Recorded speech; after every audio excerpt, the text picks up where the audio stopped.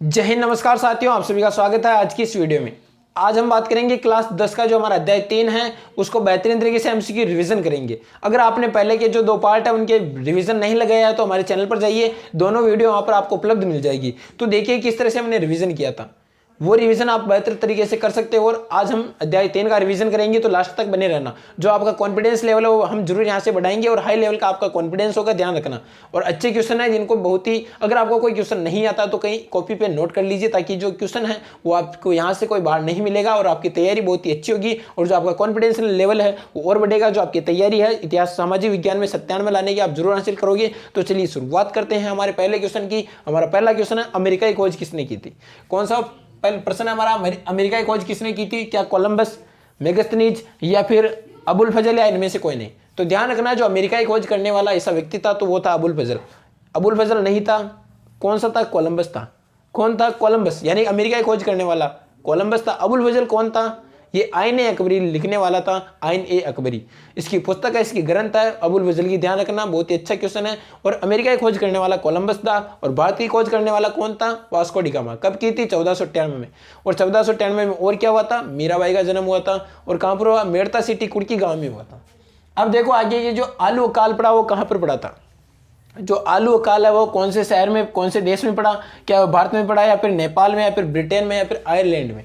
तो आलू अकाल पड़ा वो देश कौन सा था? वो आयरलैंड था। कौन सा था? आयरलैंड। तो अब देखते हैं हमारा अगला क्वेश्चन। देखो बहुत ही बेहतरीन तरीके से हम शॉर्ट रिवीजन कर रहे हैं, एमसीक्यू रिवीजन, तो आपको आने चाहिए ये क्वेश्चन, ताकि आपका जो कॉन्फिडेंस लेवल है वो और बढ़ेगा। अब देखो अगला क्वेश्चन है कि आयरलैंड में आलू अकाल किस वर्ष के बीच बीच में पड़ा था? यानी क्या जो आयरलैंड का आलू अकाल हुआ था वो कौन कौन से जो सन थे उनके मध्य हुआ?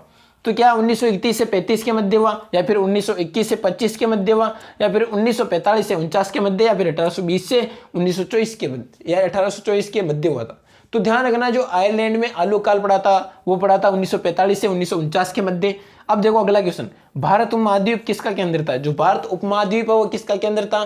क्या वह नाविकों का उपकेंद्र था, या फिर व्यापार का केंद्र था, या फिर वस्त्र का केंद्र था, या फिर आलू का केंद्र था? तो जो भारत जो उपमहाद्वीप है वो किसका केंद्र था? व्यापार का। ध्यान रखना, किसका था? व्यापार का। किसका? व्यापार का। अब देखो अगला क्वेश्चन कि किस शताब्दी में लाखों लोग बेहतर जीवन की तलाश में यूरोप में, अमेरिका और ऑस्ट्रेलिया की ओर प्रवास होने, यानी उनकी तरफ अग्रसर होने लग गए, उनकी तरफ जाने लग गए? तो क्या वह 17वीं शताब्दी में हुआ था, या फिर 15वीं में, या फिर 19वीं में, या फिर 18वीं में? तो ध्यान रखना, ऐसा 19वीं शताब्दी में हुआ। कब हुआ? 19वीं शताब्दी में। अब चलो अगले क्वेश्चन क्या है कि रैपिड रिवीजन है, बहुत ही अच्छी तरीके से हम फटाफट फास्ट रिवीजन करेंगे, तो हमारा अध्याय है वो भी कंप्लीट हो जाएगा और जो आपका रिवीजन है आपका समय बच जाएगा और रिवीजन भी अच्छा हो जाएगा। अब देखो, किस वर्ष वैश्विक कृषि अर्थव्यवस्था का विकास हुआ? तो क्या 1931 में हुआ, 1921 में, या फिर 1930 में, या फिर 1890 में? तो ध्यान रखना, जो कृषि, वैश्विक कृषि क्या हुआ था, अर्थव्यवस्था जो विकास हुआ वो ध्यान रखना 1890 में हुआ। कब हुआ? 1890 में। कोई क्वेश्चन नहीं आता तो झिझक नहीं, कोई बात नहीं है, नोट कर लो, ताकि जो बाद में आप रिवीजन करोगे उसके लिए आपको बहुत ही हेल्प मिलेगी, बहुत ही अच्छा आपको लगेगा कि हाँ मैं पहले नहीं था तो अब कंफर्म कर लिया, अच्छे तरीके से याद हो गया।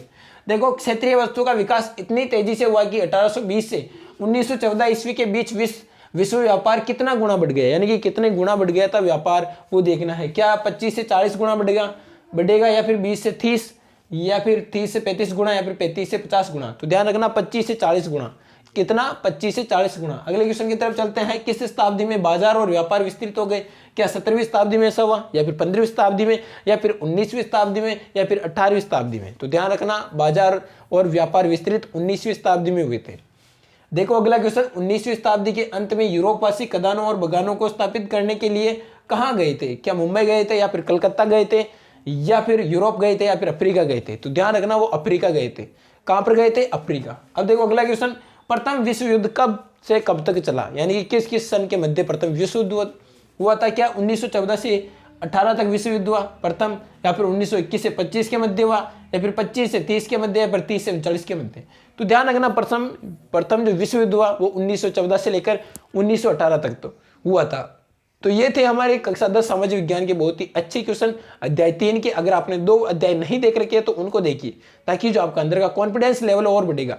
कॉन्फिडेंस लेवल बढ़ने का मतलब ये है कि आपकी जो तैयारी है वो बहुत ही अच्छी होगी, क्योंकि और कॉन्फिडेंस आपको नहीं रखना है। और कॉन्फिडेंस का मतलब क्या होता है कि ये अध्याय तो मेरे को आता है और उसको पढ़ेंगे ही नहीं, कि इसको तो कर लूंगा मैं, पढ़ना ही नहीं, तो वो और कॉन्फिडेंस है। इसलिए हर अध्याय को पढ़ो, हर अध्याय में आप रिवीजन लगाओ, ताकि बहुत ही अच्छा वो कंप्लीट होगा और आपको लगेगा कि हाँ अब मैं कर सकता हूँ। अगर आपने पहले किसी चीज़ को पढ़ रखा है तो उसमें और कॉन्फिडेंस और अधिक कॉन्फिडेंस बढ़ता है। अगर नहीं पढ़ रखा है, आप सोचोगे ये तो आता है, तो ओवर कॉन्फिडेंस है। तो इससे बचिए और इसी तरह से नए नए अध्याय में मिलते रहेंगे। तब तक के लिए मस्त रहिए, स्वस्थ रहिए, अपनी तैयारी को बेहतर बनाइए। तब तक के लिए जय हिंद, जय भारत।